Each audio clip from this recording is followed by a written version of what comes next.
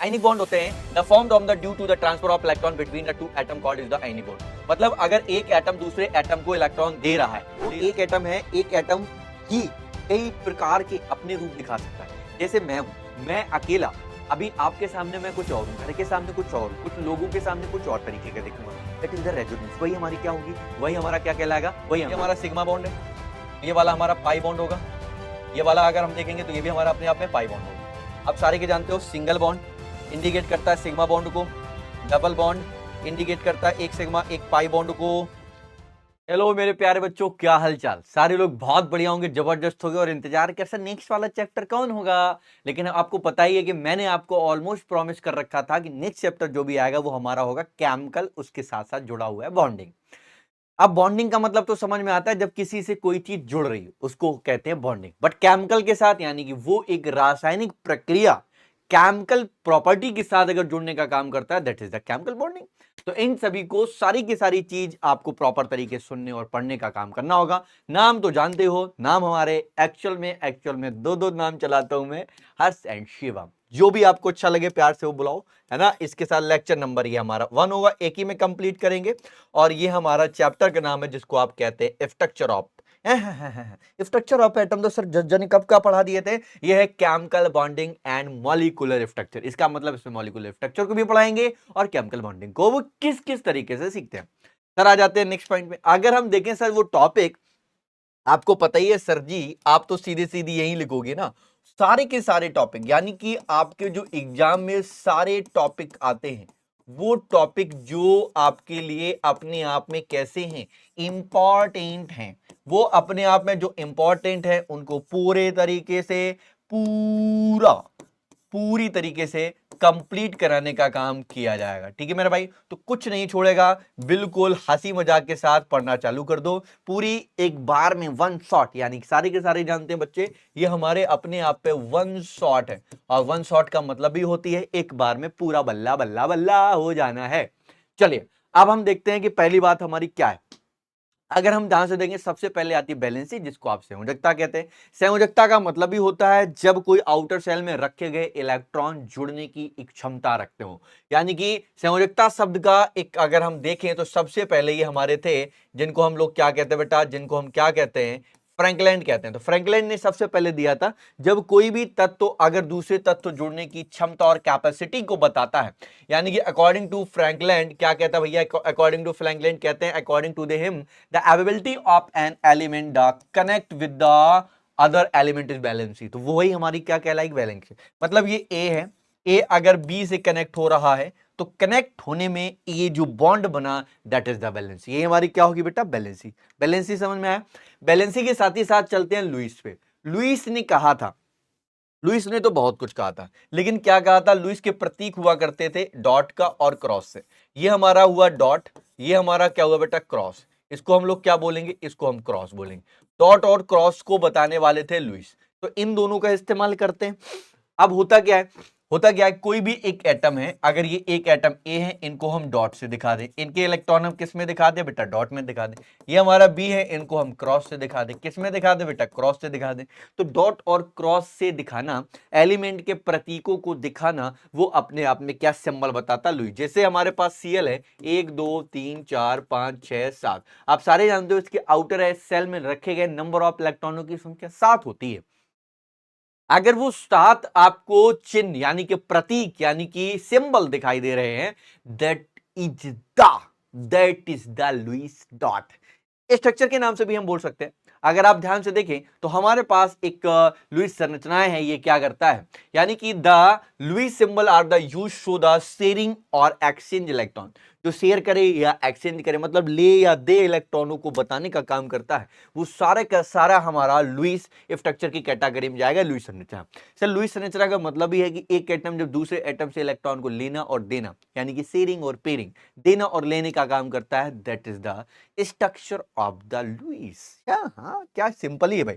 अगर हम ध्यान से देखें तो ये हमारा एन बना, एन कुछ इस तरीके से बॉन्ड दिखाता है, ये हमारा क्या बना, एच बना, और यहां पर साइन रख देता प्लस के साथ और सीएल रखा निगेटिव। सर ये ऐसा क्यों बना होगा, अगर आप ध्यान से देखें तो यहां पर ये H है, यहां पर H है, एक इलेक्ट्रॉन इसके साथ, एक इलेक्ट्रॉन इसके साथ, एक इलेक्ट्रॉन इसके साथ, दो यहां पर होते हैं, एक यहां पर होते हैं। तो ये कितना बना बेटा, ये हाइड्रोजन एक एक इलेक्ट्रॉन के साथ शेयरिंग कराएगा। लेकिन अगर नाइट्रोजन कराएगा बेटा, नाइट्रोजन कराएगा तो अपने आप में इस तरीके से इनके जो सारे के सारे इलेक्ट्रॉन है इन सारे के साथ कराएगा। तो एक इलेक्ट्रॉन हाइड्रोजन के पास मैक्सिमम दो होने चाहिए, इसलिए एक ज्यादा हो रहा है, इसलिए इसको एक पॉजिटिव साइन दिखाते हैं। ये पॉजिटिव एक इसको इलेक्ट्रॉन दे देता है, इसलिए एक इलेक्ट्रॉन लेता है, इसलिए नेगेटिव होता है। ये वाली स्ट्रक्चर आप HW में घर से बनाएंगे, लेकिन मैं एक आध स्ट्रक्चर आपको बना के समझा सकता हूं। जैसे हमारे पास बेटा SO4 है, SO4 के साथ डबल नेगेटिव लग गया है, क्या लग गया बेटा, SO4 के साथ डबल नेगेटिव लग गया। अगर वो डबल नेगेटिव लगा रहा है, ध्यान सुनने का काम करिएगा, अगर वो डबल नेगेटिव बना रहा है तो ये हमारा सल्फर हुआ। सल्फर के आउटर सेल में रखे गए इलेक्ट्रॉनों की संख्या 6 होती है। कितनी होती है? 6 होती। एक ऑक्सीजन ये, एक ऑक्सीजन ये, एक ऑक्सीजन ये, है ना, एक ऑक्सीजन ये। अब ये क्या करेगा बेटा, एक इसके पास भी तो अपने आप में कितने इलेक्ट्रॉन होंगे आउटर सेल में, आप सारे के सारे जानते हो बेटा 6 होंगे। तो एक को डॉट से, एक क्रॉस को दिखा दे, इससे क्रॉस को दिखा देते हैं, इसको हम क्रॉस से दिखा देते हैं, ठीक है ना। ऑक्सीजन को किससे दिखाते बेटा, हम क्रॉस से दिखाते। इतनी बात क्लियर होगी। अगर हम इस बात को भी ध्यान से समझें, इस बात को भी हम ध्यान से समझें, तो एक बात तो आपकी श्योरिटी करती ही है, क्या सर, उसके आउटर सेल में ऑक्टेट का पूरा होना, that is the conceptual of the octet theory. ये देखो हमारा काम हो गया। अगर ये ऑक्सीजन इनके साथ बनाएगा तो वो कुछ इस तरीके से बनाएगा, उसके भी तो 8 पूरे होने चाहिए। अब देखो, लेकिन इनके 8 पूरे नहीं है, क्योंकि इसके ऊपर एक माइनस रहेगा, क्योंकि अभी ये किसी ना किसी एक एटम से जुड़ना चाहेंगे, जुड़ने के लिए वो एक निगेटिव साइन बना रहा है। और इसी के साथ ही साथ अब अगर आप थोड़ा सा भी ध्यान दें, थोड़ा सा भी ध्यान दें, तो ये वाला क्या करेगा, ये वाला सिर्फ और सिर्फ, ध्यान देना, ये वाला सिर्फ और सिर्फ सल्फर के साथ जाएगा कुछ इस तरीके से, है ना। इसका मतलब ऐसे नहीं, ये सल्फर के साथ ऐसे 2 इलेक्ट्रॉन लेगा और ये 2 इलेक्ट्रॉन इस तरीके से लेगा। क्लियर है ना। इसका मतलब ये इंडिकेट करता है जो SO4 डबल नेगेटिव होता है, अगर आप इसको थोड़ा सा भी गौर फरमाएं तो ये हमारा कुछ स्ट्रक्चर बना S single bond O, single bond O, ये हमारा coordinate bond O, coordinate bond O, ये माइनस, ये माइनस। आप इसको भी इस तरीके से दिखा सकते हो।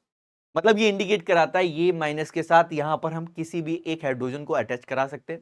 ये बता रहा है कि हमने किसी ना किसी को लॉन पेयर दिए हैं ये, लेकिन सल्फर ने एक एक बॉन्ड से यहां पर शेयरिंग की है।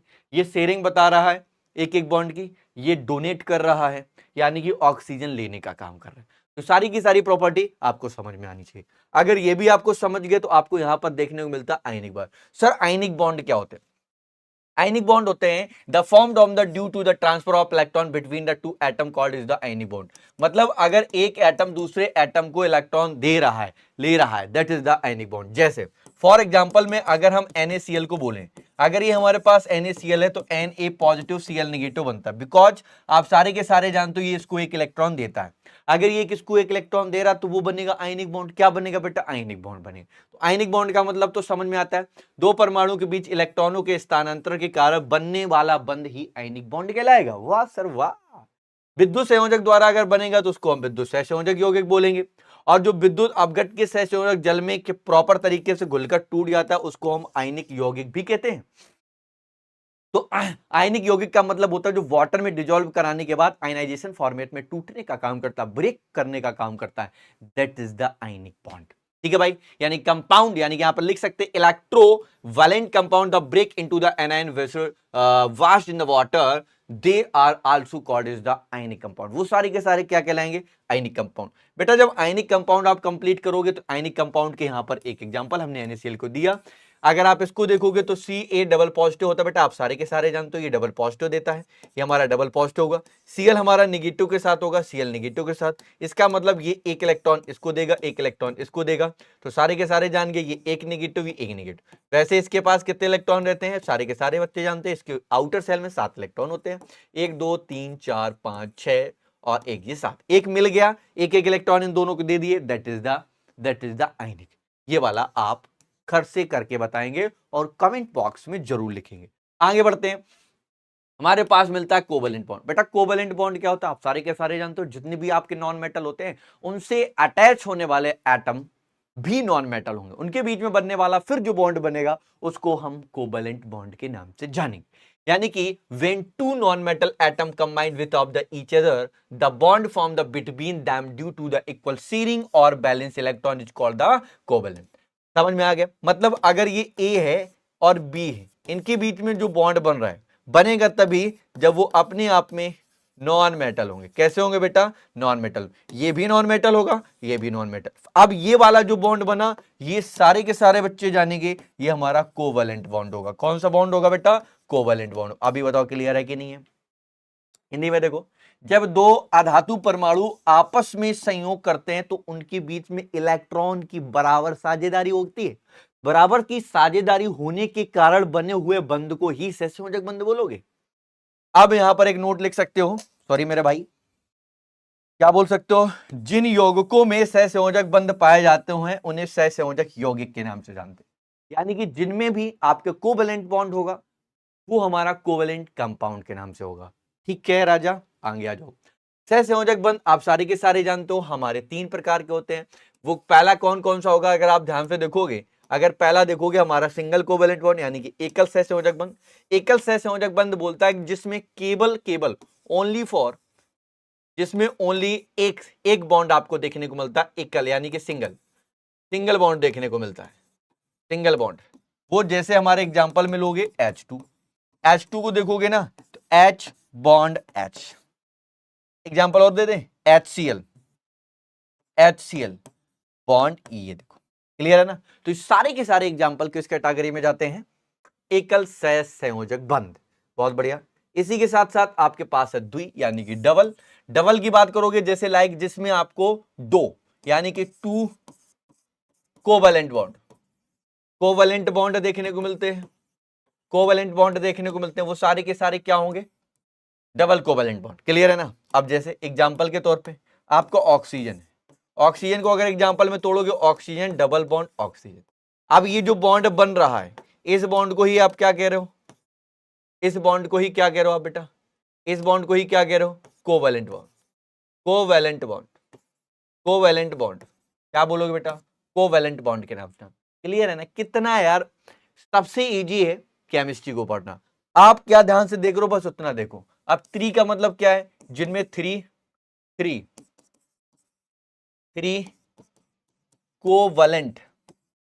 कोवैलेंट बॉन्ड देखने को मिल जाए।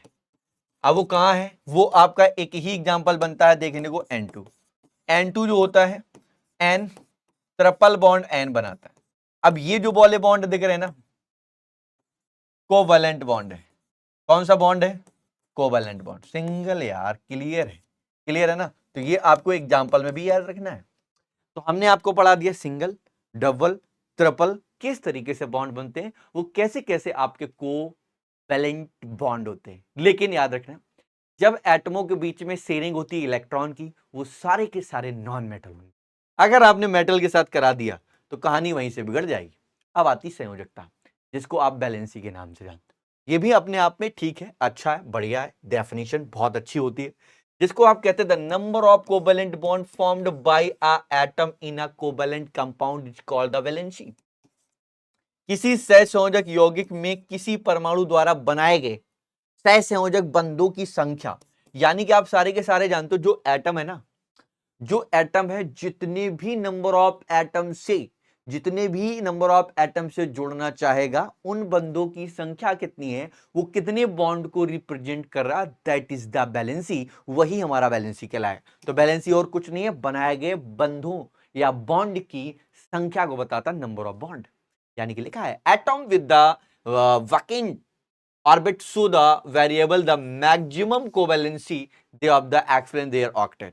यानी कि रिक्त कक्षकों वाले परमाणु परिवर्ती या अधिकतम संयोजकता दिखाते हैं क्योंकि ये अपने अष्टक का प्रसार स्वयं कर लेते हैं। लेकिन जो डी ऑर्बिटल होते हैं ना बेटा, जिसमें भी आपको डी ऑर्बिटल देखने को मिल जाए, जिसमें भी आपको डी ऑर्बिटल्स देखने को मिलते हैं, वो अपनी कक्षक का स्वयं में निर्माण कर लेते हैं।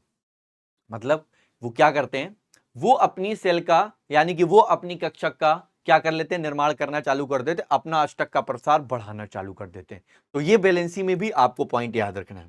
खैर आगे बढ़ते हैं। अब संयोजकता बंध की कुछ शर्तें हैं, कुछ परिस्थितियां हैं। देखो पहला पॉइंट कहता है एटम में अगर 4 5 6 7 8 दिखता है तो आउटर शेल में वो कोवेलेंट बॉन्ड बनाने के काम करेगा, यानी कि इतना बंध रखता है दो परमाणु से, बाहरी कक्षा में 4 और 5 और 6 और 7 और इलेक्ट्रॉन रखने वाला परमाणु का सहसंयोजक बंध बनाने के काबिल है। आगे देखो, दो अधातु परमाणु आपस में जुड़ते समय सहसंयोजक बंध बनाते हैं, यानी कि two non metal atom form the covalent bond have the join together. जब दो अधातु परमाणु आपस में जुड़ते हैं तो कौन सा बॉन्ड बनाते हैं? सहसंयोजक बंध बनाते हैं। आगे देखो, यदि जुड़ने वाला परमाणु विद्युत ऋणात्मकताओं का अंतर 0 होता है तो उनके बीच में सहसंयोजक बंध बनता है। अगर सेम सेम एटम आपको दिख रहे हैं तो अगर सेम सेम एटम दिख रहे हैं तो सारे के सारे नॉन मेटल होंगे, और नॉन मेटल हैं तो उनका विद्युत ऋणात्मकताओं के अंदर यानी कि इलेक्ट्रॉन नेगेटिविटी का difference that is equal to 0 होगा। कितना होगा बेटा? 0 होगा। तो ये भी आपको ध्यान देना होगा। ठीक है भाई, आगे आ जाते हैं, जिसको आप कहते हैं उपसहसंयोजक यौगिक, जिसको आप सॉरी यौगिक बोलो या बॉन्ड बोलो। जो उपसहसंयोजक बॉन्ड होता है ये बताता है, यानी कि ये एरो से डिनोट करते हैं। एरो इंडिकेट करता है जो हमारा नंबर ऑफ एटम है, एक एटम दूसरे एटम को नंबर ऑफ इलेक्ट्रॉन के पेयर देने का काम करता है, इलेक्ट्रॉनों के जोड़े देने का काम करता है। जो इलेक्ट्रॉन को जोड़े को दे देता है वही हमारा क्या बनता है? ध्यान से देखो क्या है? Coordination bond. ठीक है भाई, ध्यान से पढ़ सकते हो। अकॉर्डिंग टू, यानी कि देखें, coordination bond the type of the covalent bond which of the electron pair the partner give to the only one atom. इसको ये सैरो से दिखाएंगे, ये सिडविक और लॉरी नाम के साइंटिस्ट ने दिया था। तो उपसहसंयोजक बंध एक प्रकार का सहसंयोजक बंध ही है क्योंकि इलेक्ट्रॉन का लेन देन ही कर रहा है। लेकिन अगर आप ध्यान से देखें, जिसमें साझेदारी का इलेक्ट्रॉन युग्म किसी एक परमाणु द्वारा दिया जाता है, एक परमाणु द्वारा अगर इलेक्ट्रॉन दिया जा रहा है दूसरे एटम को इंडिकेट कर रहा है, that is the coordination bond. ठीक है ना? मतलब एक लेने वाला है, अगर ये हमारा ए है और बी इस तरीके से लगा दिया, याद रखना जिस साइड एरो जाएगा वो उसका एक्सेप्टर एटम होगा, मतलब वो लेने वाला परमाणु होगा। जो जिसके साइड से गया है वो हमारा डोनर एटम होगा, यानी कि वो देने वाला एटम इंडिकेट कराएगा। ठीक है भाई, आगे बढ़ो आगे बढ़ो, बहुत बढ़िया बहुत बढ़िया, जबरदस्त जबरदस्त। अगर आप एग्जांपल के तौर पे देखना चाहें तो अमोनियम का जो स्ट्रक्चर बनता है, अमोनियम का जो स्ट्रक्चर बनता है, एक आप बताएंगे, ये आपके नाम घर के लिए हो गया। अगर आप अमोनियम को देखोगे थोड़ी देर पहले बनाया था, ये हमारा एन होता है, ये एच हुआ, ये एच हुआ, ये हमारा कोवेलेंट है, ये एच हुआ, ये वाला जो बॉन्ड बना ये हमारा है, ध्यान से देखो, जिसको आप कह रहे हैं कोऑर्डिनेशन बॉन्ड, ये हमारा एच हुआ। यहां पर आप इसको बंद करोगे, आप यहां प्लस लिख सकते हो या इसके ऊपर प्लस लिख सकते हो। ठीक है बेटा, वैसे ये नाइट्रोजन पर पॉजिटिव होता है। क्लियर है ना? तो ये सारा इंडिकेट करने का काम करता है कोऑर्डिनेशन बॉन्ड। तो कोऑर्डिनेशन बॉन्ड समझ में आ गए। अब कोऑर्डिनेशन बॉन्ड समझ में आ गया तो आगे आपको मिलता है जिसको आप कहते हो बॉन्ड लेंथ। बॉन्ड लेंथ का मतलब क्या हुआ? जब एक एटम दूसरे एटम से जोड़ेगा, मान लेते एक एटम की है एक एटम की है, दोनों एटमों को आपस में जोड़ रहे हो, जोड़ने के बीच में जो एक डिस्टेंस होगी, एक बॉन्ड बनेगा, that is the bond angle, sorry bond length. यानी कि अगर हम बात करें तो बात करते हैं तो कोई दिक्कत वाली बात थोड़ी, कर लेते हैं बात। लिखा है किसी बंध से जुड़े दो परमाणु के नाभिकों के केंद्रकों के बीच की दूरी को बॉन्ड लेंथ कहते हैं, यानी कि the distance between the centre of the nuclei. Nuclei का मतलब एक ये एटम है, एक ये एटम है। ठीक है बेटा, इन न्यूक्लियस के सेंटर से ये वाला, इनके बीच की दूरी, इनके बीच की दूरी ये है ना, तो ये हमारी क्या बनेगी? बॉन्ड लेंथ बनेगी। बॉन्ड लेंथ बनेगी, क्या बनेगी बेटा? बॉन्ड लेंथ बनेगी। क्लियर? तो बॉन्ड लेंथ का मतलब होता है दोनों एटमों के नाभिक के बीच की दूरी की लंबाई को जोड़ा गया है, that is the bond length. ये हमारा क्या हो गया बेटा? Bond length. अगर बॉन्ड लेंथ, अच्छा एक चीज और देख लो, बॉन्ड लेंथ का जो मात्रक होता है बहुत ही कम लंबाई होती है। आप ये सोचो इतनी बड़ी होती है, बहुत ही कम, यानी कि पिकोमीटर में आप इसको हम मेजर करें या एंगस्ट्रॉम में। आगे आ जाओ, आगे आता है बॉन्ड एंगल। अगर हम बॉन्ड एंगल की बात करें तो बॉन्ड एंगल का मतलब होता है जब कोई एक एटम होता है दूसरे एटम से जुड़ेगा तो एटम में बने हुए कोई यौगिक दूसरे यौगिक से जुड़ने के बाद वो एक बॉन्ड भी तो बनाता होगा, एक एंगल भी तो बनाता होगा, बॉन्ड के साथ एंगल भी बनेगा। जैसे लिखा हुआ the angle between the orbital contain the bond pair, bond pair, bond pair किसी अणु किसी अणु के केंद्रीय धातु परमाणु के चारों ओर उपस्थित इलेक्ट्रॉन, इलेक्ट्रॉन के बंध, electron bond pair of electron around the central atom of the molecule is called the bond angle। जैसे यानी कि मान लेते जैसे H2O का हमने दिया, H2O का में क्या हुआ, H2 होते हैं इस तरीके से, ये होता है, ये होता है, इसके बीच में बनने वाला एंगल 104.5 डिग्री का होता है, ठीक है ना। तो इसके बीच में जो एंगल निकाला, ये देखो ये बॉन्ड है, ये बॉन्ड लेंथ है, इनके बीच में जो एंगल बना वो हमारा बॉन्ड एंगल है। तो मतलब वो हम ये कह सकते हैं किसी अणु केंद्रीय धातु परमाणु के जो चारों ओर उपस्थित इलेक्ट्रॉन के जो बंद होते हैं, बंद होने के बाद इलेक्ट्रॉन युग्म जो धारण करता है, अब अगर आप देखोगे ये इलेक्ट्रॉन युग्म धारण कर रहा है ना, अगर ये इलेक्ट्रॉन युग्म धारण करने वाला कक्षक है तो उसके बीच में बनने वाला वो कोण होगा। कोण हमारा इसका मात्रक मिनट और डिग्री में होता है। किसमें मेजर करते हैं बेटा, डिग्री में। अब आता है नेक्स्ट हम देखते हैं जिसको हम कहते हैं आबंध एंथैल्पी अथवा आबंध ऊर्जा। सर आबंध एंथैल्पी और आबंध ऊर्जा क्या होता है, ऐसे समझो, मान लेते हैं अगर हम बोले कोई भी हमारा गैसीय अवस्था में दो परमाणु के बीच बने आबंध में एक मोल को तोड़ने में, अच्छा सोचो, है ना। अब मान लेते ये एक एटम है, ये एटम है, ये एक एटम है ना, तोड़ने में ऐसे समझो यार, कैसे समझाएं, ऐसे समझो। जैसे हमारा H2 है, H2 को हम तोड़े, ब्रेक करें, एक मोल H में और एक मोल H में, ये भी गैसियस फॉर्मेट में होगा, ये भी gaseous format, both are gases, दोनों गैसियस फॉर्मेट में। इसका मतलब आप ये कह सकते हो कि जब amount of the energy required to break one mole bond of from the between two atom is the gaseous stage is called the bond energy.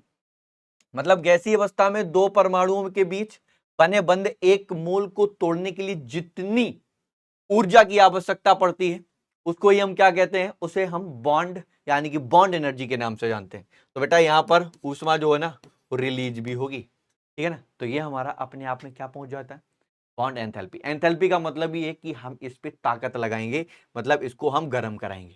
इतनी बात क्लियर है ना। अब आता है हमारा बॉन्ड ऑर्डर।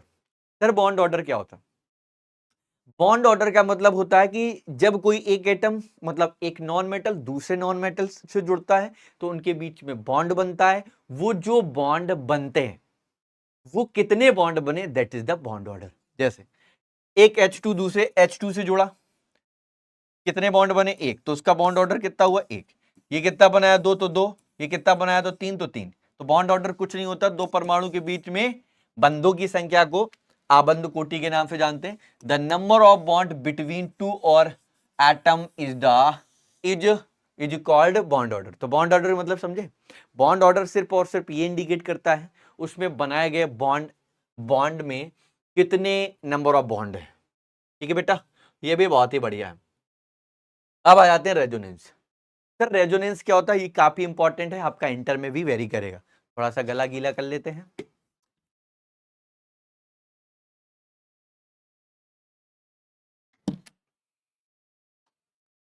अच्छा देखो, अगर हम बॉन्ड एंगल की बात करें तो जो बॉन्ड एंगल होता है, मैं आपको बड़े खुले शब्दों में बताता हूं। जो बॉन्ड एंगल होता है जब कोई एक एटम होता है दूसरे एटम में, मतलब मान लेते एक एटम ही है, वो एक एटम है, एक एटम ही कई प्रकार के अपने रूप दिखा सकता है। जैसे मैं हूं, मैं अकेला अभी आपके सामने मैं कुछ और हूं, घर के सामने कुछ और हूं, कुछ लोगों के सामने कुछ और तरीके का दिखूंगा। That is the resonance. वही हमारी क्या होगी, वही हमारा क्या कहलाएगा, वही अनुनाद कहलाएगा। यानी कि जब किसी अणु या आयन सभी गुण किसी एक संरचना द्वारा स्पष्ट नहीं होते हैं, अपितु सभी गुणों को स्पष्ट करने के लिए उसकी लगभग समान ऊर्जा वाले दो या दो से अधिक लुईस संरचनाएं बनाई जाती हैं, तो उन संरचनाओं को हम लोग क्या कहते हैं बेटा, तो उन संरचनाओं को क्या कहते हैं, जल्दी से देखो बेटा, उन संरचनाओं को हम क्या कहते हैं, यहां पर हम कहते हैं उन संरचनाओं से हम लोग कह सकते हैं यही हमारी लुईस स्ट्रक्चर बनाई जा सकती है। मतलब टू और मोर देन अगर हमारे नंबर ऑफ क्या है, नंबर ऑफ एटम है, उनकी जो एनर्जी है, तो दो या दो से ज्यादा अगर हम एटम को मिलाते हैं, मिलाने के बाद हम जो लुईस स्ट्रक्चर एक से ज्यादा देखने को मिलती है वो रेजोनेंस को ही इंडिकेट करता है। आओ थोड़ा अंग्रेजी में देखते हैं। When all the properties of the molecule or ion not explained by the single structure but two or more Lewis structure with the almost equal energy are made of the explained are the properties, then the structure is called the resonance structure। तो resonance structure अपने आप में होगी क्या, जब दो या दो से ज्यादा एटमों को मिलाया जाए, वो मिलाने के बाद अपनी अनेक प्रकार की संरचनाएं दिखाती हैं, स्ट्रक्चर दिखाती हैं, और इसी के साथ ही साथ वो लुईस स्ट्रक्चर भी अलग अलग दिखाएंगी, और बेटा इसको ही हम अनुनादी संरचनाएं कहेंगे। इन्हें हम कैनोनिकल संरचनाओं के नाम से भी जानते हैं, और इनकी अनुनादी जो संरचनाएं बनेंगी, स्ट्रक्चर बनेंगी, इसको हम संकर अनुनादी संकर कहेंगे, तथा इसे संपूर्ण घटना जो बनकर आई इसको हम अनुनाद के नाम से जानते हैं। ये सारी क्या कहलाएगी? अनुनाद कहलाएगी। तो ये वाला काम खत्म, ये वाला आपका काम खत्म। What is the resonance? Resonance में जैसे एग्जांपल हम दे दें कि हमारे पास फॉर एग्जांपल बेंजीन है। बेटा जी बेंजीन को अगर आप ध्यान से समझेंगे तो बेंजीन अगर आप ध्यान से देखें तो बेटा ये हमारा क्या होता है? बेंजीन होता है। अगर ये बेंजीन होता है तो ये कुछ इस तरीके से अल्टरनेट चलता है। इसी की स्ट्रक्चर एक ये भी आपको देखने को मिली होगी, आपके गुरुजन ने पढ़ाई होगी, कहीं ना कहीं तो देखी होगी, मार्केट में तो मिली ही होगी।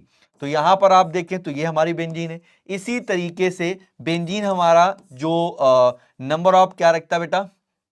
बेंजीन हमारा नंबर ऑफ एटम को या नंबर ऑफ पाई बॉन्ड को प्रॉपर तरीके से घुमाता है, इसलिए गोल गोल घुमाता रहता है, इसलिए हम इसको सर्कल बनाकर छोड़ सकते हैं। ठीक है भाई? ओके ओके मेरे भाई हैं। ठीक है भाई, हो गया। इतना होने के बाद आप आगे बढ़ सकते हैं। हमारे पास नेक्स्ट मिलेगा अष्टक नियमों के अपवाद। अष्टक नियम तो सिर्फ और सिर्फ ये कहता था उसके आउटर सेल में नंबर ऑफ इलेक्ट्रॉनों की संख्या 8 होनी चाहिए, लेकिन अष्टक नियम में 8 इलेक्ट्रॉन के अलावा 8 से कम इलेक्ट्रॉन और 8 से ज्यादा इलेक्ट्रॉन भी देखने को मिलते हैं। लेकिन सर क्या बातें हैं, जरा आइए प्रकाश डालते हैं। अकॉर्डिंग टू ऑक्टेट रूल लिखा हुआ है the orbital of the can atom get the structure when the 8th electron are the complete some exception to the are following. जैसे कंपाउंड का ट्रांजिशन एलिमेंट, यानी कि अगर हम बात करें संक्रमण तत्वों की यौगिकों की बात करें, हालांकि ऑक्टेट तो यही कहता है उसके आउटर सेल में नंबर ऑफ इलेक्ट्रॉन 8 होने चाहिए। 8 अगर पूरे हो जाते हैं तो वो अपने आप को बताता है कि हमारे ऑक्टेट पूरे भर चुके हैं। अब जैसे हमारा ये बेटा आपको क्या दिख रहा है? आयरन दिख रहा है। अगर आयरन देखते हैं 26 होता है, 26 में से अगर हमारा 2 चला गया तो 4s2 का चला जाएगा, तो उसके आउटर सेल में जो नंबर ऑफ इलेक्ट्रॉनों की संख्या बचेगी डी में, तो डी में कितनी मिलेगी तो आपको पता ही है। 3p आपका मिलेगा 3f2, 3p6 और 3d6। अगर आप देखेंगे तो इसमें लगभग अगर हम ध्यान से देखें तो हमारे पास इलेक्ट्रॉनों की संख्या 8 से ज्यादा है। अगर 8 से ज्यादा है तो इसका मतलब ये एक्सेप्शन कैटेगरी में है, तो ये सारे के सारे एक्सेप्शन रखेंगे ट्रांजिशन एलिमेंट। फिर हमारे पास आते हैं आभासी और गैसीय संरचना वाले आयन। ये जितने भी आयन आपको देखने को मिल रहे हैं, इनकी आप आयनाइजेशन की अगर आउटर सेल देखते हैं तो इसके आउटर सेल में 8 से ज्यादा इलेक्ट्रॉन, यानी कि इसमें लिखा है 18 इलेक्ट्रॉन पाए जाते हैं। अगर हमारे 18 इलेक्ट्रॉन पाए जाते हैं तो ये भी हमारा एक्सेप्शन कैटेगरी। इसमें आपके कितने इलेक्ट्रॉन पाए जाते थे? 9 से लेके 17 तक इलेक्ट्रॉन देखने को मिलते हैं ट्रांजिशन एलिमेंट में, और ये वाले में कितने देखने को मिलेंगे? 18। तो बेटा ऑक्टेट रूल में कितने होने चाहिए? 8। तो 8 से कैसे है ज्यादा? तो ये सारे के सारे एक्सेप्शन कैटेगरी में। आप करके देख लीजिएगा, किसी भी इलेक्ट्रॉनिक कॉन्फ़िगरेशन किसी का भी लास्ट का करेंगे तो आपको ज्यादा ही देखने को मिलेगा। फिर और आगे आ जाते हैं, तो जैसे ये कुछ हैं, इनको हम न्यून इलेक्ट्रॉन के नाम से जानते हैं। न्यून इलेक्ट्रॉन का मतलब होता है इनके आउटर सेल में नंबर ऑफ इलेक्ट्रॉनों की संख्या 8 से कम होनी चाहिए। अगर 8 से इलेक्ट्रॉनों की संख्या कम होती है तो इसका मतलब ये भी अपने आप में क्या इंडिकेट करते बेटा? याद रखेंगे, ये भी हमारे अपने आप में कैसे होंगे? जैसे ये मैं करा दूं AlCl3 है, AlCl3 हमारा ये Cl3 बनेगा।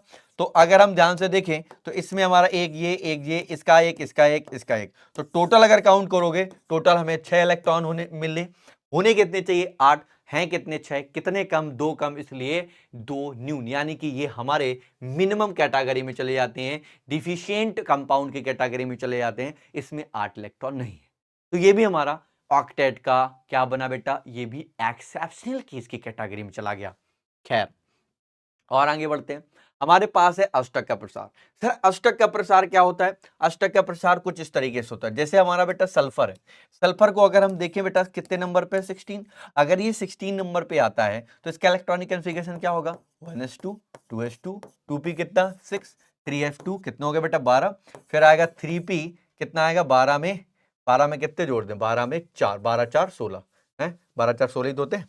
अब देखो 2 2 4 6 10 2 12 4 16। अगर आप इसको देखोगे तो ये हमारा S बनेगा, इसमें 2 इलेक्ट्रॉन। ये P बनेंगे बेटा, P में कितने इलेक्ट्रॉन? 4 इलेक्ट्रॉन। ये कुछ इस तरीके से इंडिकेट कराओगे आप, कुछ क्लियर है ना बेटा? अगर आप देखोगे ये क्या करेगा, ये अपने आप में ग्राउंड स्टेट है, ग्राउंड स्टेट है, मूल अवस्था है, लेकिन क्या होता है ये इसमें अपना 3D होता है, 3D जीरो। तो अब क्या होगा, इसमें एक बनेगा, इसमें क्या बनेंगे बेटा, इसमें 3 बनेंगे, इसमें डी में कितने बनेंगे बेटा, डी में 5 बनेंगे। अब होता क्या, ये एक्साइड हो जाएगा, जैसे एक्साइड हो जाएगा तो एक इलेक्ट्रॉन ये डी को दे देगा। तो अब डी में देखो इसके 2 हो गए, इसका एक एक हो जाएगा, इसका कितना हो गया, एक। लेकिन ये हमारी एक्साइड एनर्जी थी, अब ये क्या करेगा, ये हमारी एक्साइड स्टेट है, अब ये सेकेंड या फर्स्ट है, अब ये फिर से एक्साइड हो जाए, क्यों, ये एक इलेक्ट्रॉन अब इसको दे देगा। अगर ये इसको दे देगा तो इसका मतलब हमारा क्या हो गया, ये एक है, इसमें कितने हो गए बेटा, इसमें आप अपने आप में 3 है, और इसमें अब कितने हो गए बेटा, अगर हम ध्यान से देखें तो हमारे ये 2 हो गए। इसका मतलब है कि यहां पर रखे गए जो नंबर ऑफ इलेक्ट्रॉन है, उन नंबर ऑफ इलेक्ट्रॉनों की अगर हम संख्या की बात करें तो अब हमारे पास ये देखो एक्साइड हो रहा है। तो जिसके पास अपना डी ऑर्बिटल होता है, डी ऑर्बिटल अपने ऑक्टेट का प्रसार खुद में खुद करेगा, प्रचार नहीं बेटा, प्रसार होता है। यानी कि लिखा है atom having the vacant orbital expand their octet or have the more than 8 electron is in their outer orbit। ठीक है बेटा, सल्फर है, phosphorus, sulphur, chlorine can the expand their octet because they have the vacant, यानी कि vacant orbital, यानी कि इसमें D है जो वो खाली होती है, इसलिए हम उसका डी को देख सकते हैं। ठीक है भाई, चलो यहां तक की बात भी आपके कानों तक सुंदर सुंदर बातें आ जाती। अब हमारे पास आता है जिसको हम कहते हैं फैजान। फैजान बोलो या फजान बोलते हैं, वैसे फिलहाल में फैजान एक व्यक्ति का नाम है, ये भी हमारे एक व्यक्ति हैं जिनका नाम है फजान। फजान क्या करते हैं, फजान कहते हैं कि अगर हमारा ध्यान से देखें तो हमारा जो पॉजिटिव सिंबल होता है, पॉजिटिव को हम देखें तो ये छोटा होता है, ये हमारा बड़ा होता है। ये जब इससे जुड़ता है तो इसका ऋण आवेश यानी कि जो ऋण आयन होता है उसका जो रूप होता है वो बिगड़ जाता है। पहले आपका ऋण आयन ऐसा था, अब कैसा हो गया, ऐसा हो गया, चपटा सा। यानी कि लिखा हुआ है, लिख सकते हैं हम लोग, क्या कह सकते हैं, अकॉर्डिंग टू दिस बॉन्ड क्या कहता है बेटा, thus in ionic compound the cation attack the electron of the anion towards itself the repel its nucleus due to the which of the shape the anion get destroyed। बहुत बढ़िया बात है। आयनिक यौगिकों में धनायन व ऋणायन के इलेक्ट्रॉन को अपनी ओर आकर्षित करता है तथा उसके बाद नाभिक को प्रभावित करता है, जिसके कारण नाभिक का रूप बिगड़ जाता है। तो नाभिक का रूप बिगड़ जाना, ये कारण कारण किसका होता है, ऋणायन का। तो ये फैजान ला है, छोटा सा रूप दिया था, ये आपको याद रखना। अब हमारे पास आता है डाइपोल, द्विध्रुव आघूर्ण। द्विध्रुव कहता है, जैसे मान लेते हैं कि हमारे पास ये क्यू, एक एटम था जिसका नाम क्यू था, इसका Q1 था, इसका मान लेते Q2 था। इसके बीच की एक डिस्टेंस ले लो बेटा, इस डिस्टेंस को आप कहते थे डी से, डी फॉर ये डिस्टेंस हो गई, ये दूरी होगी। ये एक पार्शियल निगेटिव होगा तो एक पार्शियली पॉजिटिव होगा, ऐसे ही तो होगा ना। एटम का मतलब ही जब भी कभी कोई दूरी नापेंगे या कुछ भी करें तो एक माइनस एक प्लस हमने मेजर कर लिया। तो अगर आप ध्यान से देखें तो डाइपोल की अगर हम बात करते हैं, डाइपोल की बात करते हो तो बेटा म्यू बराबर होता है। म्यू बराबर क्या होगा, आप कह सकते हैं, जल्दी बताओ क्या फार्मूला पढ़ा था आपने, क्यू इंटू डी कह सकते हैं, क्यू इंटू डी के नाम से जान सकते हैं, या आर बोल सकते हो, एक ही बात। अब इसमें आपसे क्वेश्चन बनता है, क्या लिखा है, dipole is the defined as the product the magnitude of the charge. Charge का मतलब क्यू की हम बात करें, दैट इज द चार्ज, ये हमारा चार्ज है क्यू, ये हमारा क्यू है, क्यू का मतलब चार्ज है, and the distance of the separation between the charge. अगर आप देखें ध्यान से, लिखा है विद्युत द्विध्रुव को आघूर्ण, क्या लिखा है बेटा, आवेश को परिणाम से आवेश के बीच पृथक करने की दूरी, अलग करने की दूरी के गुणनफल के रूप में परिभाषित किया जाता है। यानी कि जो हमारे दोनों इलेक्ट्रोडों के बीच की दूरी है या दोनों कंपाउंड के बीच की दूरी है वो डी है, और उसका जो चार्ज है उनके गुणनफल को ही हम डाइपोल के नाम से जानते हैं। इसका जो यूनिट होता है डिवाई होता है, या हम इसको ESU जिसको हम इलेक्ट्रोस्टैटिक यूनिट के नाम से जानते हैं, सेंटीमीटर और कूलाम मीटर के नाम से जानेंगे।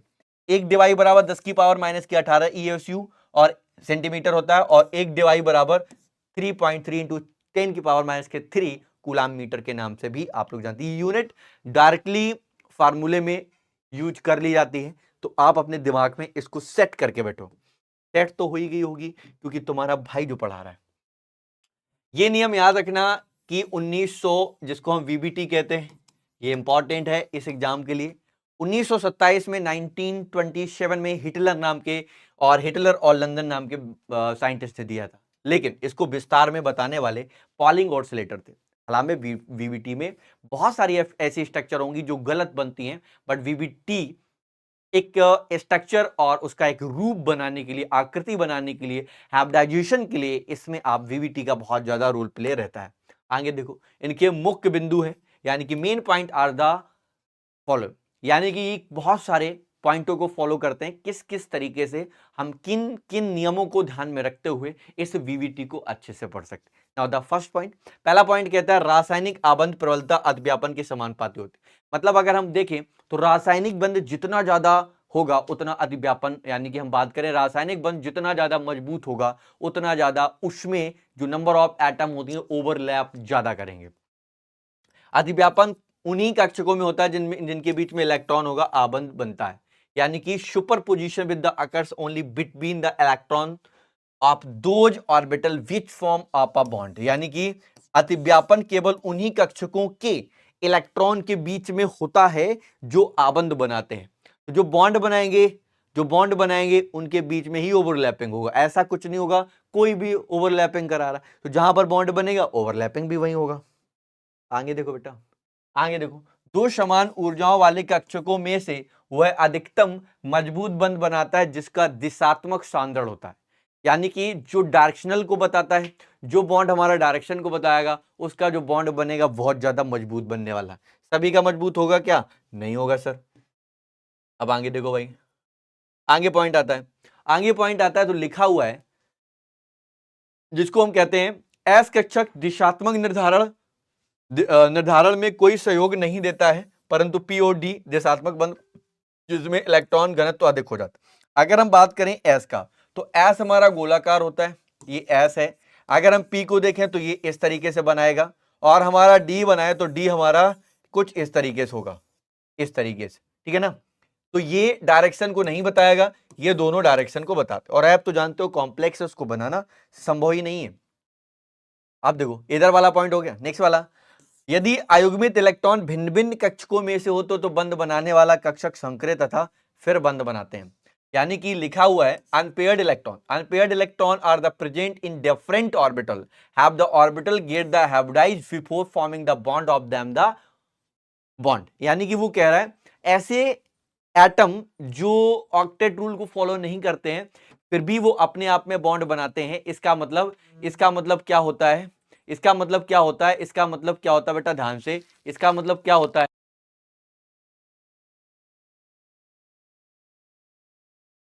इसका मतलब क्या होता है मेरे भाई, मैं ये बोलना चाह रहा हूं कि यहां पर जितने भी जो 8 इलेक्ट्रॉन नहीं रखते हैं, इसका मतलब है कि वो अपने आप में पहले हाइब्रिडाइज होते हैं, वो फिर इसके बाद में हम क्या बनाते हैं, फिर इसके बाद में हम क्या बनाते हैं, वो अपने आप में एटम बनाते हैं। जैसे मैं समझाने की कोशिश कर सकता हूं, जैसे PCl5 है ना, इसमें ज्यादा इलेक्ट्रॉन होते हैं। जैसे ये P है ना, PCl कुछ इस तरीके से तो बनाते हैं, कुछ इस तरीके से तो बनाएगा, ये कुछ इस तरीके से बनाएगा, ये Cl है, ये Cl है, ये Cl है, ये Cl है, ये Cl है। अगर आप ध्यान से देखें, अगर आप ध्यान से देखें तो ये PCl5 हो गया, एक इलेक्ट्रॉन इसका, एक इसका, एक इलेक्ट्रॉन इसका, एक इसका, एक इसका, एक इलेक्ट्रॉन इसका, एक इलेक्ट्रॉन इसका, एक इसका और एक इसका और एक इसका। आप देखो ये पूरी तरीके से बन गया, लेकिन ये ऐसे नहीं बनता, पहले संकृत होता है। पहले संकृत होने का मतलब आप जरा ध्यान सुनिएगा, फास्फोरस है ना, फास्फोरस का मतलब 15, 15 का मतलब 1s2 2s2 2p कितना बेटा 6 3f2 और 3p, जल्दी बोलो 3p3, ऐसे तो होगा, ऐसे ही होगा कि नहीं होगा, जल्दी बताओ, ऐसे तो होगा।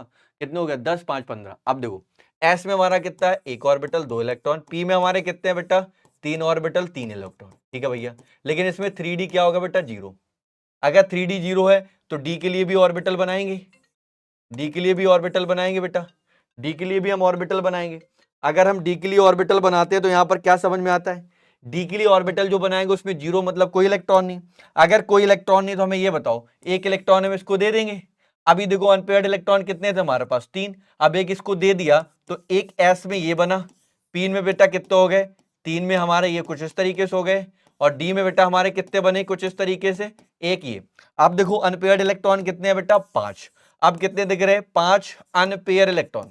अगर ये 5 अनपेयर इलेक्ट्रॉन है, इंडिकेट करता है कि ये 5 बॉन्ड बनाएगा। कितने बॉन्ड बनाएगा? 5 बॉन्ड बनाएगा। अगर ये 5 बॉन्ड बनाएगा बेटा, तो इसका मतलब है कि पहले ये हमारा था ग्राउंड स्टेट, अब ये हमारा है एक्साइड स्टेट। अनपेयर्ड इलेक्ट्रॉन ही इंडिकेट करवा पा रहा है कि यहां पर बॉन्डों की संख्या कितनी होगी। क्लियर है? ये वाला भी पॉइंट क्लियर हो गया। अब आ जाते हैं हम बॉन्ड पे। अगर हम बॉन्ड पे देखते हैं तो हमारे पास है ये sigma bond. Sir sigma bond क्या होता है? सिग्मा बॉन्ड की जब हम बात करते हैं, जो हमारे बॉन्ड होते हैं ना, उनको आपस में जोड़ने का काम करते हैं। तो कैसे जोड़ेंगे? अब जैसे हम एस ऑर्बिटल की बात करें, एस देखो किस किस तरीके से बनेगा। एस एस की बना सकते हैं, एस पी की भी बना सकते हैं, और जल्दी बताओ, पी पी का भी बना सकते हैं। देखो कैसे, इन ऑर्बिटलों का यूज करके हम बना सकते हैं। एस की जो शेप होती गोला प्लस गोला, इन दोनों को देखो ऐसे समझो, ये गोला है, इसको गोले के साथ जोड़ दिया, ये वाला जो एरिया हुआ ये ओवरलैपिंग हुआ, ये इंडिकेट करेगा सिग्मा बॉन्ड को। किसको बॉन्ड करेगा? सिग्मा बॉन्ड को। ठीक है, एक एस गोला है और एक पी है हमारा। ये वाला जो एरिया आपको दिख रहा है, ये वाला एरिया दिख रहा है, सिग्मा बॉन्ड किसको इंडिकेट करेगा? Sigma bond. पी वाला देखो, ये वाला हमारा एरिया, ये वाला एरिया ओवरलैपिंग की, ये वाला एरिया जो हमें दिखाई दे रहा है ये ओवरलैपिंग की, ये किसको इंडिकेट करेगा? सिग्मा बॉन्ड को। खत्म? ओके, ठीक है। अब ये सिग्मा बॉन्ड इस तरीके से बनेगा। सिग्मा बॉन्ड जैसे H2 है ना, ये हमने बनाया H2 का, ये देखो एस एस का है, एक एस का, ये एक एस का और एक पी का, Cl ले लो, ये जो बॉन्ड बनेगा सिग्मा बॉन्ड है। पी का बना दें, ये Cl2 है, Cl2 का मतलब Cl बॉन्ड Cl, ये जो बॉन्ड बनेगा सिग्मा बॉन्ड। खत्म? सिग्मा बॉन्ड खत्म। पाई बॉन्ड आ जाओ।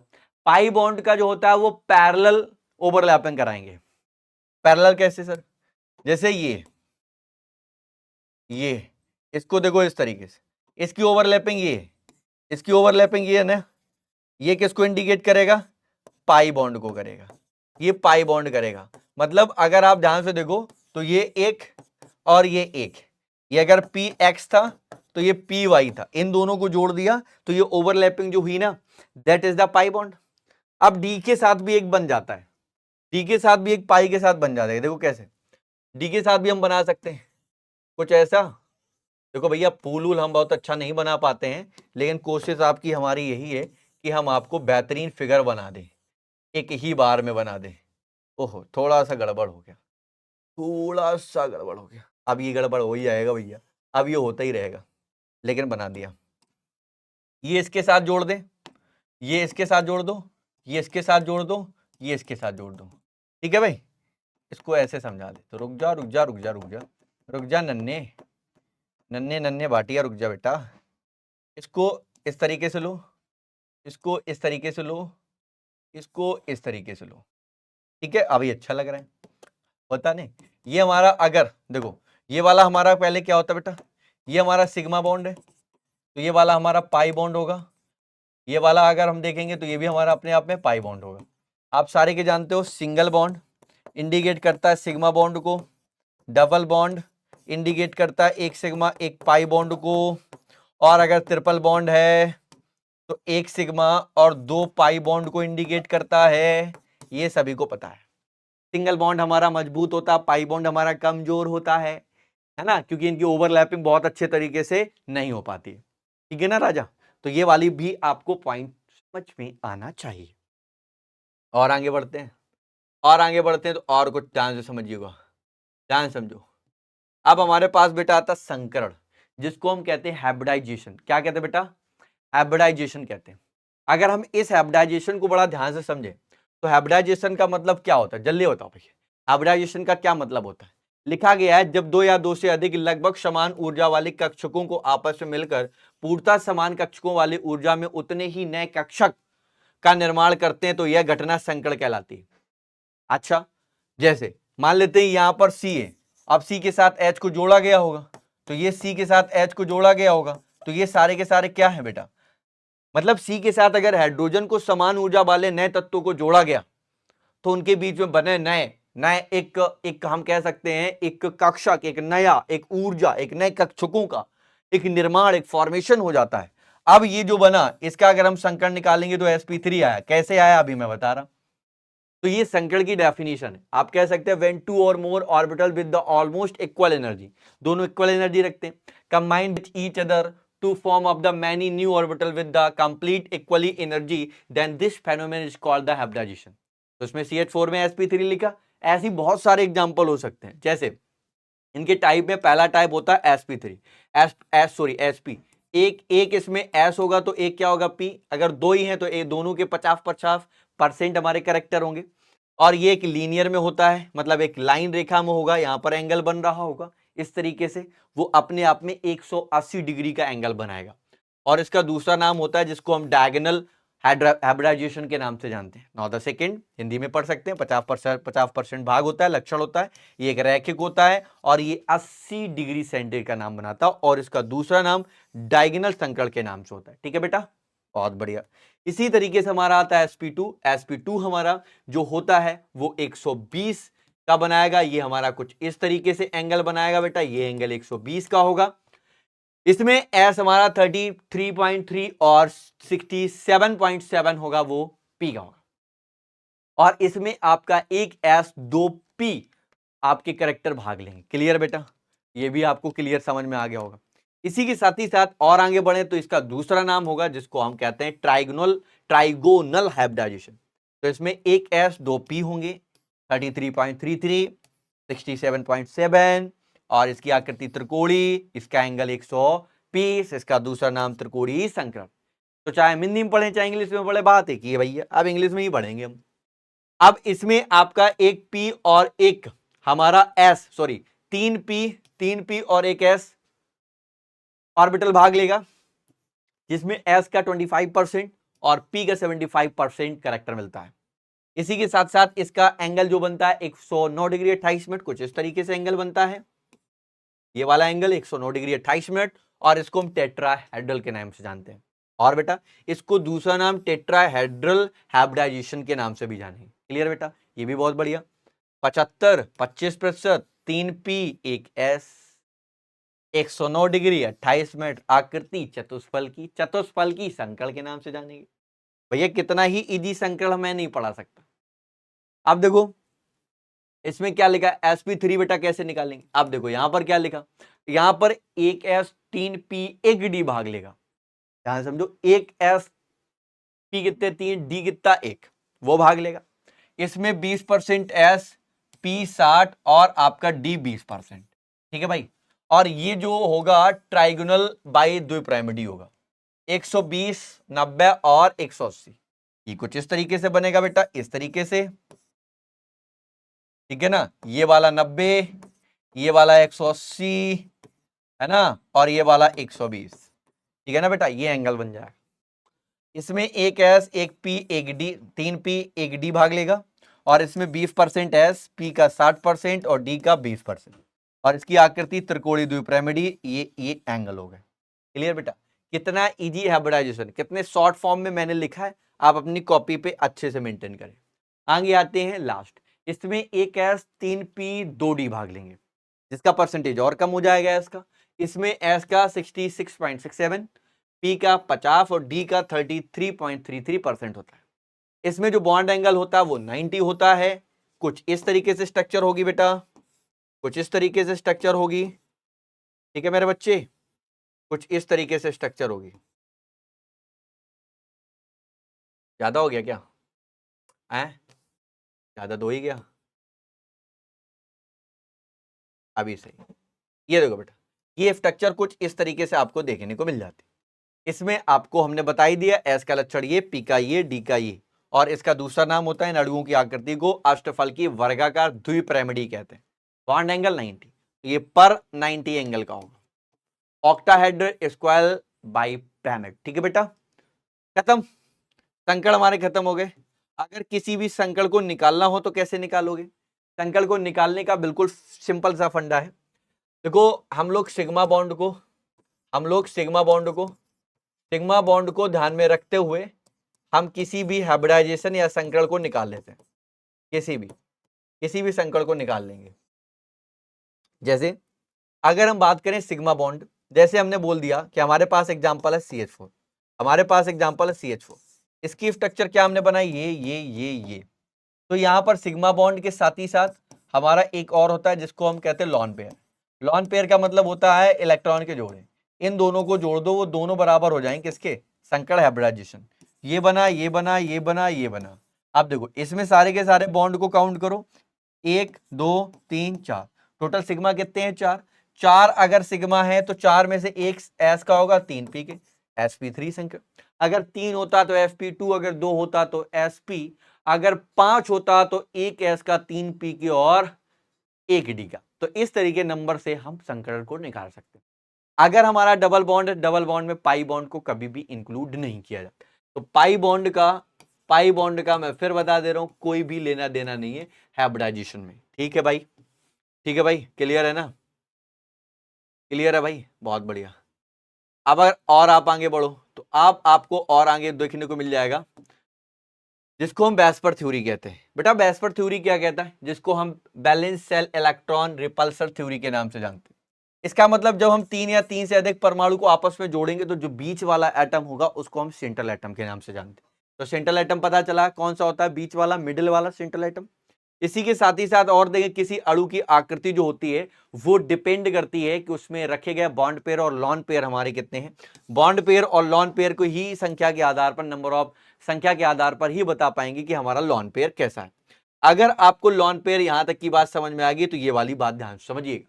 केंद्रीय धातु परमाणु में अगर हम देखें सेंट्रल मेटल एटम में जो हमारा बैलेंस सेल होता है उसमें जो इलेक्ट्रॉन के पेयर होते हैं वो एक दूसरे को क्या करते हैं बेटा, प्रतिकर्षित यानी कि रिपल्स करने का काम करते हैं। इसी के साथ ही साथ इसलिए ये इलेक्ट्रॉन युग्म त्रिविम त्रिविम यानी कि स्पेक्ट्रोस्कोपी डायमेंशनल एक दूसरे को अधिकतम दूरी पर रखते हैं जिससे उनके बीच में प्रतिकर्षण कम लगे।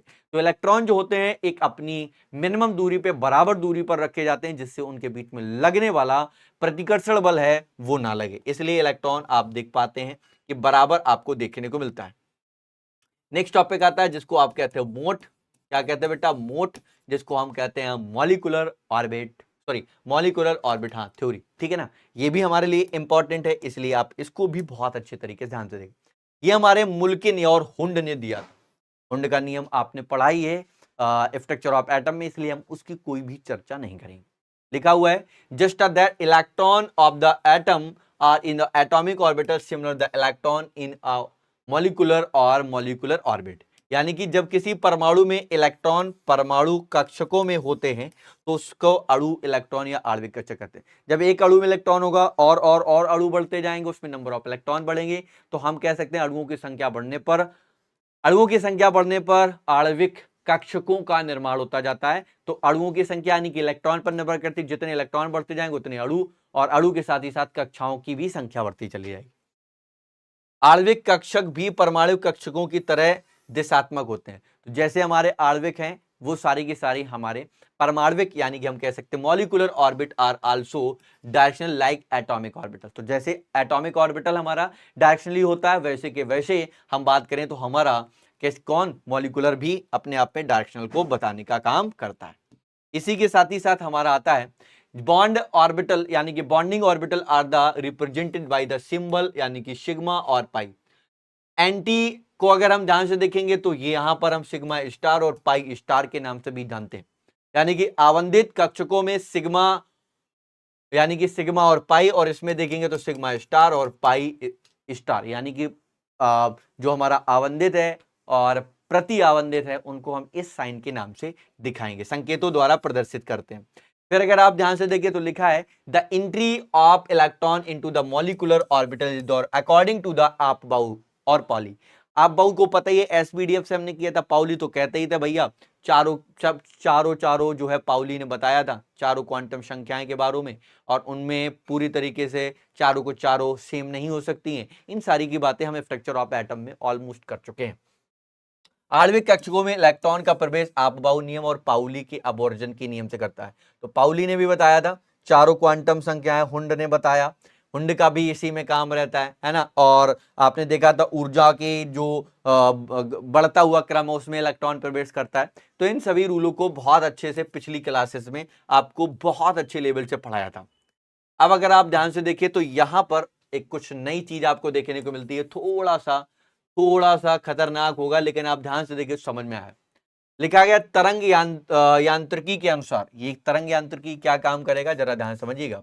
परमाणु कक्षकों के तरंग फलन, जिसको हम साई यानी कि हम कह सकते हैं इलेक्ट्रॉन का आयाम, साई को हम क्या कह सकते हैं, तरंग को क्या कह सकते हैं, इलेक्ट्रॉन का आयाम माना जाता है। यानी कि according to wave mechanism atomic orbital the considered as the wave function, atomic यानी कि एटम वेव फंक्शन यानी कि psi electron amplitude of the wave, यानी कि वेव के तरीके भी वो काम करने का काम करेगा। ठीक है भाई। यानी कि यहां पर एक विधि और कहती है, वो ये कहती है कि इनके रेखीय संयोजन से आणविक कक्षक और आणविक कक्षक की तरंग फलन यानी कि तरंग फलन ज्ञात किया जा सकता है। और अगर ज्ञात करना है तो कैसे बोलोगे, जल्दी बताओ। ये हमारे पास है मॉलिक्यूलर ऑर्बिट, यानी कि आप कह सकते हो साई ए और Sai be according two plus minus के साइन के साथ, और ये हमारा हो जाएगा साइन मॉलिक्यूलर ऑर्बिट। ठीक है ना। तो ये हम फार्मूला इस तरीके से हम उसकी तरंग फलन की संख्या निकाल सकते हैं। अब ये इस तरीके से हमारी तरंग देखने को मिल जाती है बेटा। Bonding molecular orbital are the found by the addition of the wave function by the constructive interference कह सकते हैं ना, व्यतिकरण जिसको कहते हो, या इंटरफेरेंस कह सकते हो, जो भी अपने भाषाओं में कहते हो। यानी कि अगर ये वेव ऊपर गई, ऊपर से नीचे आई, ऊपर से नीचे आई, फिर नीचे से ऊपर गई, तो इस तरीके से अगर आपकी वेव चलती है तो इनको आप डायरेक्टली ऐड कर सकते हो। यानी कि एक छोटी वेव आपकी भी थी, ऊपर गई, फिर से नीचे आई, फिर हमारी वेव ऊपर से नीचे आई, नीचे ऊपर गई। अगर आप देख पा रहे हो तो यहाँ पर जो वेव है, आप आगे बढ़ोगे तो इन दोनों वेव को आप ए और वी को जोड़ सकते हो। मतलब ऐसे सोचो, एक वेव ऐसी चल रही थी, फिर उसके बाद एक वेव ऐसे चल रही थी, एक वेव ऐसे चल रही थी, मतलब एक वेव फिर ऐसे चली, फिर एक वेव ऐसे चली, तो इन सभी को उठा को हम क्या कर सकते हैं सर, ऐड कर सकते हैं, जोड़ सकते हैं, सभी तरंगों को हम जोड़ सकते हैं। ठीक है भाई। और कुछ है क्या, और कुछ मिल जाता है, और हमारा कुछ मिल जाता है यहाँ पे। यहाँ पर आपको ये याद रखना, आणविक कक्षकों के ऊर्जा स्तर, आरेख एवं आणविक व्यवहार क्या क्या रहता है भैया। यानी कि स्टेबिलिटी ऑफ मॉलिक्यूल की बात करें तो जो हमारी Nb है और Nb हमेशा बड़ा होगा Na से, then the molecule is stable. Nb क्या कहता है, Nb का मतलब होता है नंबर ऑफ बॉन्डेड इलेक्ट्रॉन, और Na क्या होता है आपको याद रखना है, number of anti bonded electron.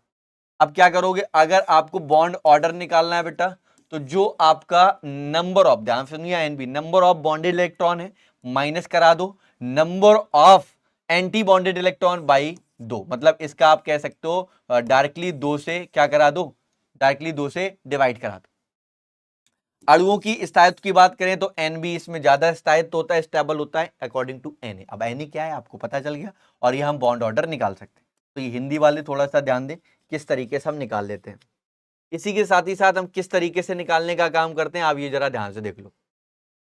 अब अगर आप ध्यान से देखते हैं, अगर इलेक्ट्रॉन के पेयर आपको देखने को मिले तो diamagnet is not the all electron pair. अगर इलेक्ट्रॉन पेयर में नहीं है, ये इलेक्ट्रॉन है बेटा, इलेक्ट्रॉन पेयर में नहीं है तो इनको हम पैरामैग्नेटिक कहते हैं। ठीक है, ध्यान देना।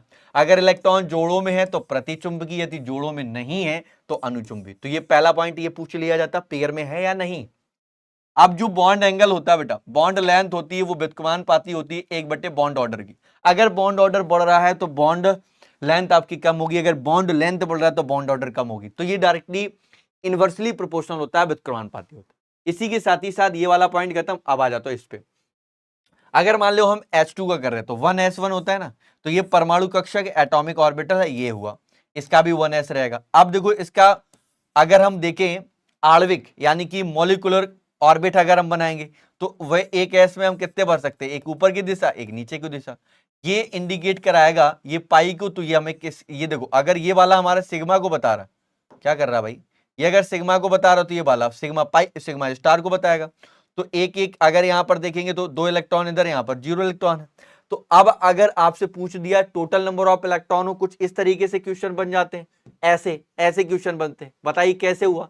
तो अगर हम देखेंगे इलेक्ट्रॉनिक कॉन्फ़िगरेशन क्या थी H2 की, तो आप कहोगे 1s1 क्योंकि इसका एटॉमिक नंबर मतलब अगर हम H2 की बात कर रहे हैं तो H कितने हैं, 2, तो 2 की करोगे 1s2 आया। अगर 1s2 आया, अगर इसका बॉन्ड ऑर्डर पूछोगे, सॉरी बंद कोटि पूछोगे, तो बंद कोटि तो आप बता ही सकते हैं, H बॉन्ड H है तो एक ऑर्डर हो जाएगा। कितना ऑर्डर हो जाएगा, ऑर्डर कितना हो जाएगा बेटा, ऑर्डर हो जाएगा एक।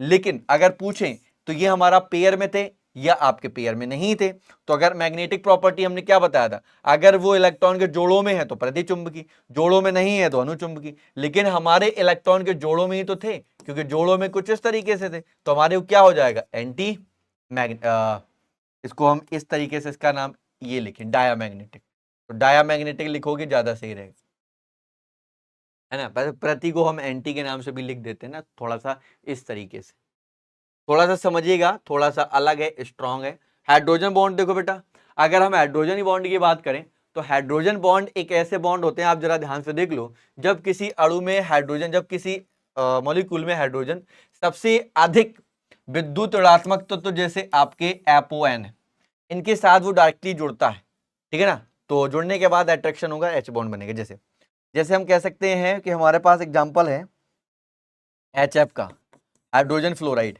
जो हाइड्रोजन फ्लोराइड है कैसे बना, HF dot dot dot dot HF dot dot dot dot HF। तो यहां पर जो आपको डॉटेड दिख रहा है, ये वाला जो दिख रहा है, ये हमारा H बॉन्ड है। तो H बॉन्ड समझ में आया। H बॉन्ड का मतलब होता है, ये पहली बात, ये डिसकंटीन्यूअस लाइन से हम इसको इंडिकेट कराते हैं, डिसकंटीन्यूअस लाइन से हम इसको इंडिकेट कराते हैं। और इसी के साथ ही साथ ये बड़ा जो ये होता है ना, ये वाला बॉन्ड बहुत ही कमजोर होता है। When the H atom, the most electronegative element, जिसको आप फोन कहते हैं, FON कहते हैं, in a molecule are the connected by the covalent bond, तो covalent bond से ये अटैच होते हैं। Then such a molecule अब पोलर है, वो अपने आप में पोलर होता है। The force of the attraction by the which of two polar molecule is the connected is the hydrogen bond। तो अब समझ ही गए, तो ये हमारे नॉन मतलब सॉरी किस में चला जाएगा, H बॉन्ड में। इसी के साथ ही साथ नेक्स्ट टॉपिक आता है जिसको हम कहते हैं मेटालिक बॉन्ड। मेटालिक बॉन्ड क्या करता है, यानी कि धातु आयनों में मुक्त इलेक्ट्रॉन बीच में लगने वाला वह आकर्षण बल जिसके कारण धातु परमाणु आपस में इलेक्ट्रॉन जुड़े रहते, धात्विक होते हैं। मतलब आप ये कहते हैं एक इलेक्ट्रॉन का समुद्र है, उस इलेक्ट्रॉन के समुद्रों में बहुत सारे इलेक्ट्रॉन है, लेकिन उस इलेक्ट्रॉन को आकर्षण बल बनाए रखने के पास हमारे कुछ नंबर ऑफ इलेक्ट्रॉन उनको चारों तरफ से घेरने का काम करते हैं। यानी कि the force of attraction between the metal ion ion and free liquid and the to which of the metal atom remain the connected each other is called metallic connector। धातु के आयनों तथा मुक्त इलेक्ट्रॉन के बीच, है ना, लगने वाला आकर्षण बल, metallic ion and the free free free free मुक्त इलेक्ट्रॉन, फ्री इलेक्ट्रॉन होना चाहिए ना यहाँ पे, free electron due to the which the metal ion remain the connected which other metallic connector. हाँ ठीक है, यानी कि एक पूरे इलेक्ट्रॉन के समुद्र में आप देख पा रहे होंगे कि बहुत सारे इलेक्ट्रॉन हैं, या हम कह सकते हैं एक पूरे पॉजिटिव आयन के एक समुद्र में एक छोटा सा पॉजिटिव आयन आपको दिख रहा है, लेकिन उनको बैलेंस बनाए रखने का काम एक इलेक्ट्रॉन का करता है। वो इलेक्ट्रॉन चारों तरफ से उसको घेरने का काम करता है। तो वो जो बॉन्ड बनते हैं फ्री इलेक्ट्रॉन, आप सारे जानते हैं धात्विक का मतलब क्या हुआ, मेटेलिक बॉन्ड कहां बनेगा, जहां पर इलेक्ट्रॉन आपको कैसे नजर आएंगे, इलेक्ट्रॉन आपको कैसे नजर आएंगे, फ्री इलेक्ट्रॉन मिलेंगे। जहां पर हमें फ्री इलेक्ट्रॉन मिलेंगे वो सारे के सारे मेटेलिक की कैटेगरी में है। तो मेटेलिक का मतलब ही है वो सारे के सारे आपके इलेक्ट्रिक कंडक्टर को शो भी करते हैं, इलेक्ट्रिक कंडक्टर उसमें प्रवाहित भी होता है। तो इसका मतलब तभी होता है जब उसमें फ्री इलेक्ट्रॉन पाए जाते हैं, और फ्री इलेक्ट्रॉन कभी होते हैं, जब वो सारे के सारे मेटल होते हैं। ठीक है भाई, तो यहां पर खत्म हो गया भाई। चलो HW ले लो। आपको इसमें बहुत ज्यादा इंपॉर्टेंट पढ़ना है, पहले तो आप मोड पढ़ोगे, आपको VBT पढ़ना है, आपको हाइब्रिडाइजेशन पढ़ना है, हाइब्रिडाइजेशन हाइब्रिडाइजेशन पढ़ना है, ठीक है भैया। इसी के साथ साथ आपको टाइप्स ऑफ हाइब्रिडाइजेशन पढ़ोगे, hybridization hybridization types of hybridization पढ़ोगे, वैस्पर पढ़ोगे, वैस्पर थ्योरी, वैस्पर वैस्पर वैस्पर थ्योरी पढ़ोगे, वैस्पर थ्योरी कंप्लीट कर लोगे। और मतलब ये मोटे मोटे टॉपिक है, इतना कर लो भाई, इतने टॉपिक पढ़ लेना।